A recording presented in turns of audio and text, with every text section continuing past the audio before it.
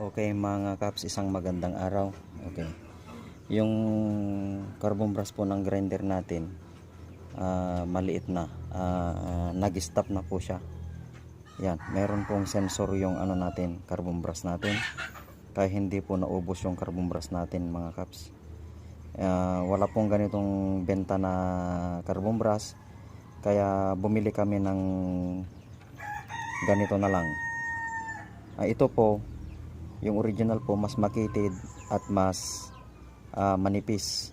Ang problema po ito, makapal at malapad po ito. Kaya ang gagawin natin mga kaps, ire-remedyo natin. Idadaan natin dyan sa leha na yan, pakitidin at panipisin para papasok siya doon.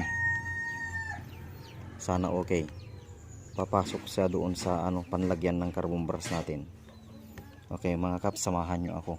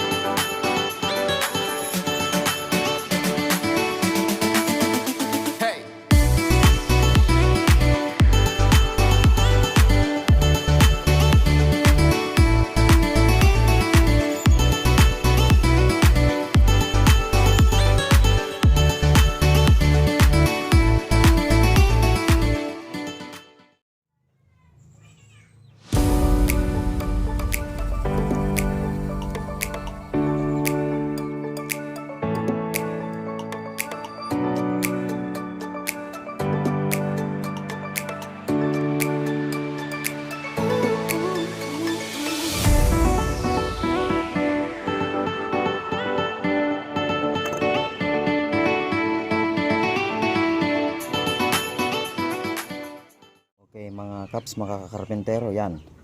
Naleha na natin. Gumamit po tayo ng number 120 na leha. Pinanipis natin at pinakitid para papasok siya sa housing.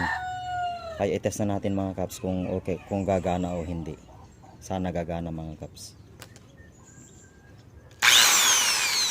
Okay, ayan mga kaps. Okay na okay po siya mga kaps. Ang gagawin po niyo mga kaps, pag wala yung original na size ng carbon brush natin na ilalagay, kahit po malapad o makapal yung natin na carbon brush na gagamitin, ang importante po, pwede nyo sang ileha, panipisin at pakitidin para papasok siya sa natin, sa housing ng carbon brush natin. At saka i-check nyo po kung maganda yung spark ng ating armature. Hindi po dapat yan ma-spark. At saka tingnan nyo kung maganda yung performance ng carbon brush, kasi may mga carbon brush po na yung mga binibenta nila ng mura pero hindi po maganda sa ating mga gamit. Kaya i-select nyo po yung the best na kuan. At kung hindi po siya papasok, i-remedyo lang po natin. Ganun po ang diskarte mga kaps, mga kakarpentero. Yan, i-testing natin mga kaps.